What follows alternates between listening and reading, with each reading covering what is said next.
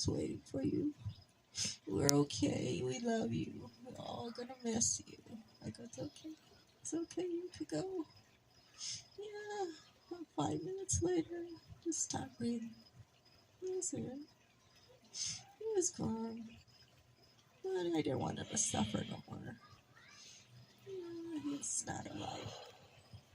But I know my dad would be here. He would be so happy to see all you here. I know he's probably happy now. He thanks each and every one of you for being part of his life, for being there. You know, just seeing him dancing. I always love the story Daniel gave going to the mall, the parking lot. Here's a silver car drive up. Here's this noise. This guy gets white hair, gets out of the car, has some glasses. And then he goes, Uncle? He always have to laugh. My dad is so cool. He is so cool. He loves loud music and glasses and everything. He is so funny. He's so good. Yeah. But, you know, he was a good guy. It's so funny because get the paper. Oh, I hate the paper. Paper. Flip a Cipriano, down post. I always prayed, oh Lord, please, be the paper there in the morning. So I go outside. There's not a dimmer post or Pueblo. Oh, my dad's like, you call those guys. You go get the paper. That's all I do is read the paper. I go, I know, Dad. Okay, I'm going to 7-Eleven. I went to like 5 7-Elevens looking for a paper. Like, please, like, oh, there's no paper. Come home, Dad. There's no paper. They sold out. Oh, he's not happy. Not too happy about that. But God said, okay, I'll give you a break soon. I get these Saturdays off. There's no paper. I don't have to worry about Saturdays. No papers on Saturday. Yay. I'm sorry, Dad. No paper Saturdays. Yeah, he don't like that, though. But, yeah. But, yeah, he's a fun guy. Always dancing. Love music. Love his cats. Love gambling. And we have to enjoy life. You know, we have to enjoy it and appreciate it. We know we'll see him again. So we'll see you again, Dad. We will. I'm sure he thanks all of you for being here. I thank you, my family, thank you. Thank you, Cippy, and Rose, and Tony, and Jeff, and all of you have made this such a wonderful memorial for Dad. We really, really would have loved it. Thank you all. Thanks. Thank you. I remember, in the Pueblo paper, they used to have those things where they take a picture of a person and they ask what you kind of wanted in life or whatever. My dad said, this was 10 years ago, he said to be healthy and to have more years. And it's true. I mean, 86 years old, man. It's not bad. It's not bad. And it's sad. But I want to thank everybody for coming. I want to have my son Jeff, who did all this work, putting this together with Rosie and Susie, say a few words. Thank you guys for coming, everyone. I know all you guys personally, and it's just like my dad said, life is just because, especially at 38, I've seen so many of my friends already pass. Family, it's just, you got to just, like he said, cherish it because life's so short. And I think even 10 years ago, I had a worse temper, the Arellano temper, he calls it. Yeah. And I'm just like my grandpa. What's so weird is, but now that I'm getting older, I kind of realize like stuff ain't as much, except the Broncos now, because we were supposed to be good. So I still get upset with that and gives me anxiety, but that's another story. But my grandpa, man, he was just so great to us. So my sister can't be here. Her daughter's not feeling well, but Sarah, and she has 3 boys and 1 daughter. And then Anton, he helped raise them. But they were so good to us. I mean, so, with my brother and sister on our other side, the grandparents, we weren't close to them. For some reason, they just disconnected from us. So all we had was them, and they were always there for us. It was always Grandpa and Grandma Arellano. Like, you could count on them, you know. And, you know, being Jehovah and stuff, we didn't celebrate holidays, but they were there. And they let you know, I mean, from, you know, growing up, from getting us cars, you know, to just always being there. And my grandpa just, and it's so weird, the older I get, I just see so much. And what's so amazing, I'm going to have a boy and a girl, twins, just like him, like my cousin, like my dad and Rose. And it's just, the more, it's just like, it's kind of trippy how close we're getting, but he was just amazing. I mean, we just hit it off. It's just, we had this connection that, you know, you kind of don't realize until, like anything, until they're gone. You don't realize the connection that, like, wow, man, I'm just like you, you know, on the good and the bad.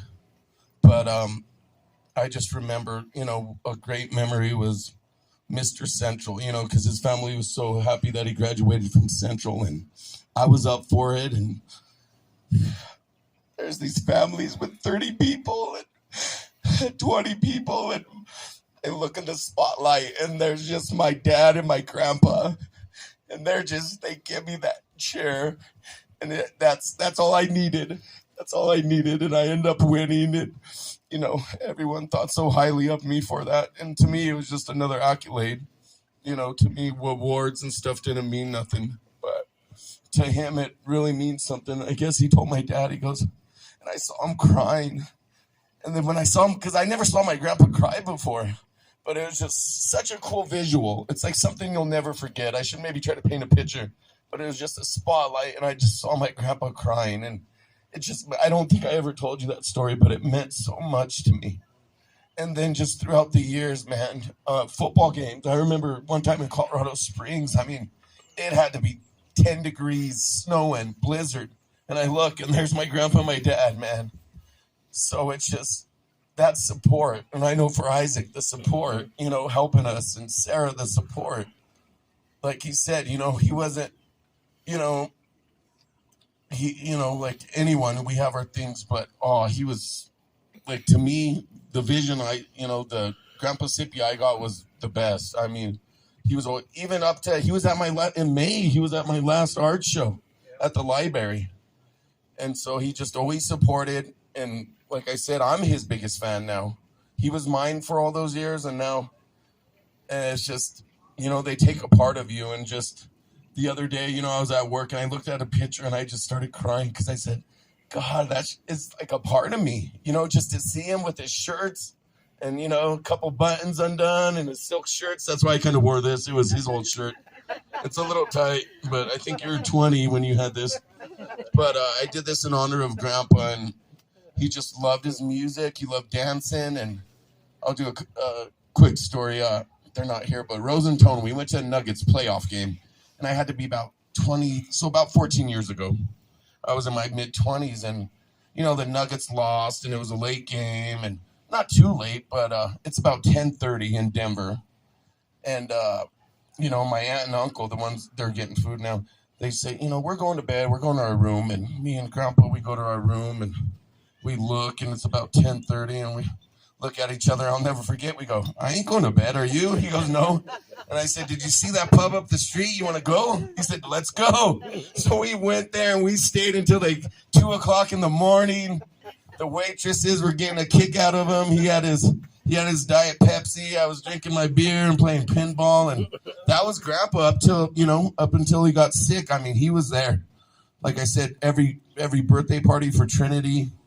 But I just, you know, it takes a part of you. And definitely he was a big part. Like I said, not having any grandparents on the other side, that was all we had. And, you know, I know 10 years ago I was devastated when my grandma had passed, and now Grandpa, and hopefully there's something after this. I really, from my experiences, I really believe that there is some type of thing. I don't know how much, you know, I don't know how much power or control we have of it, but I know there is some type of energy that goes on. And I hope that they're around, and I hope he is around, because, he was a big part of us, and he's probably roaming around here. But thank you guys for coming. Thank you, Susie, for all you did for him. I mean, that's work that people don't see. I mean, all the you did a lot, and then just everyone. It's just I love that guy with all my heart, man, and I'll try to make him proud and just keep the legacy and the Arellano name going, because I know he was so proud of that. He was proud of the Mexican heritage, and it's just he was such a cool guy. Like I said, we were so close. We had just a bond with sports and music. Even remember Isaac a couple of years ago on Thanksgiving? Me and Isaac were playing heavy metal, and he was jamming out to it, and because he couldn't hear too good, and he wouldn't wear his hearing aids because he didn't want to look old. I remember that. So, he would act like he heard what you're saying, but I up there, man, I played that music so loud, he heard something.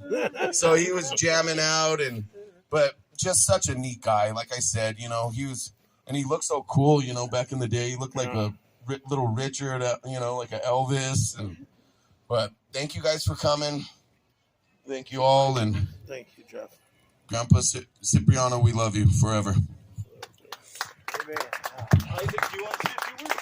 You're good, Isaac. You want to say something, Isaac? Yeah. If anybody else wants to say something at all? Sure, I'll say something. Yes, Manuel.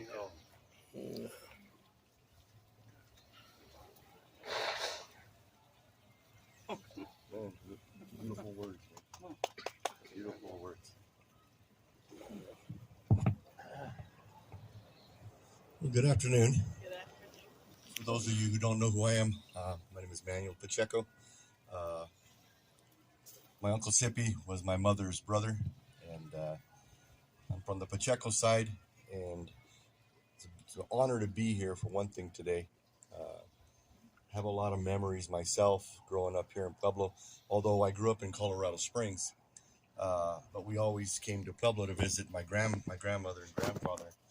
And Cippy and I, we were kind of like low on the totem pole in comparison to my brother, who was really high. He was the high chief of the pole there, wasn't he?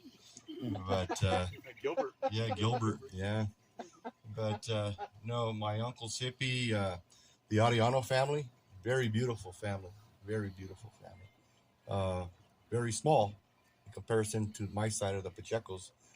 My father came from a family of 15 children, and my father was the youngest. And I lost my father, it's been about 10 years ago. My mother just passed 4 years ago. And listening to the stories of what this family went through, all of you as children, caring for your grandfather, your dad, your own mother. I'm sitting here just listening, and all of these memories are just flushing right back into my mind, because I went down the same road. When my father died, he died at home. He died of a heart attack in his chair at home. So I cared for my mother for the following 8 years. And of those 8 years, my mother landed up in a nursing home. And those are the very memorable moments that I had to spend with my mother. And like Cippy had mentioned, my uncle, he came all the time to come visit his sister. He was there all the time to come visit her. And when he walked through that door, he was like that, just like what you said a while ago, that beam of light that's sitting out there in the bleachers. He was the beam of light for my mother. Because, don't get me wrong, she loved her family and her children, but she loved her family too. And my uncle was the last of her family that she was real close, and she had a really good bond and connection with, And but no, he would come all the time, and he would spend time with her, and the man was awesome. He was an awesome individual, and like you said, he was cool. He made that word cool. And the ladies at the nursing home, they see him coming. Oh man, here comes that guy. He had white hair. That's why I went white hair. I want to look cool too. But I gotta say, from the bottom of my heart, I know, Maria, you're gonna probably laugh, but I got stuck on Netflix. There's this Vicente Fernandez movie. You ever get a chance to see it? There's a part in that whole movie, throughout the whole movie from start to finish, and I like the words that were said in that movie, that You never die until people forget about you. So you live on for the rest of your life as long as you're remembered. The minute that people stop remembering you is when you really, truly die. So, yes, I'm like you. I sit there and I think about the moments when my father and my mother there were on the table. I have my mother and father's dinner table in my backyard. And periodically I had coffee, dinners, whatever, and on that table. That's still with me every day, every moment. My uncle still with me. And he's with all of us. All of our loved ones are with us. They never die until they're forgotten. And I just want to say God bless to all of you. You know, I pray for healing, continual healing. You know, time's always the key to everything, right? But, you know, individuals such as Uncle comes into our lives. They're big parts of our lives. And that's what makes who we are today. That's why we're all here today. Because in some facet, some way, he touched our lives in some way. And he definitely touched mine. You know, another story I'll say, I remember when I went to go see Aunt Virginia, you had called me and told me that, you know, she was passing. And I knew we were related because when I showed up at the McDonald's to wait for him, I get out of the car and I had the same shirt he had on. We were both wearing the same shirt and the same color hair. So I said, yeah, we're ready to go. You know, we can go in there and go see him. You know, it was real nice. But like I said, the family was real small, but it was a very intimate, very, very loving family. You know, and you know, you guys are just a beautiful family. Very beautiful. Thank you, Daniel. There you go. Thank you so much. Thank you, man. My cousin for years. He's always been my cousin. Well, we're gonna have a little slideshow that we put together of my dad, and then we got the food ready. So please join us with a little bit of eat, and then what we're gonna do, we were gonna give everybody $1,000 to go up to Cripple, but come to find out there's not enough money. I suggested, why don't we go with the $100? There's not enough money. $25, no. But we thought, hey, you guys just have a good day afterwards. But we're gonna watch this little slideshow of Dad, portions of his life. We got some food we can visit. Does anybody? Oh, Bob? I just wanted to say a couple of Oh, words. sure. I'm sorry, Bob. I'm so sorry. It's not important. No, it is. I met Cippy and we used to call him Cippy. I didn't know him before. Yeah, Cipriano. Short for Cipriano. Cipriano, yeah. And it was in 1962. I started working in the state hospital, and he was on the ward I was a student on, and I got to know him, and we used to go to lunch, and it was kind of strange because we used to go to work at 6:30, and we would lunch at 10:30. Yeah. So there was three of us used to go together for a couple of years. We went together on a regular basis. But the story I wanted to say was there was a lot of people working at the state hospital then, lots of people, and they had softball leagues from the different units. Yeah, And we had a softball team, and one day we had 8 guys. And we needed another person, so we saw Sip and we talked to him. He said, no, I can't do that. He said, but we talked him into it, and he played with us. Did he? Yes. And he enjoyed it, you know. That was, he was just a nice guy. But then he went on nights, and I never saw him a whole lot. Yeah. But every time I see him now at McDonald's or the mall, we always stop and talk. And he always has a magazine with him, and we talk about the Broncos. And he's very knowledgeable about sports. And he was a nice guy. I enjoyed him. Thanks a lot, Bob. Anybody else want to say? I'm sorry. Anybody else want to say something, Pat or Dave? Anybody? Well, we'll watch this video then, and then we'll have something to eat. Okay? Could you move the microphone? I'll let Jeff do that because Jeff's the expert on this. I'm the watch this a little bit. Just wanted to move the microphone. Oh, the microphone stand. I got it. You just didn't hear it. I'm sorry, I didn't hear you.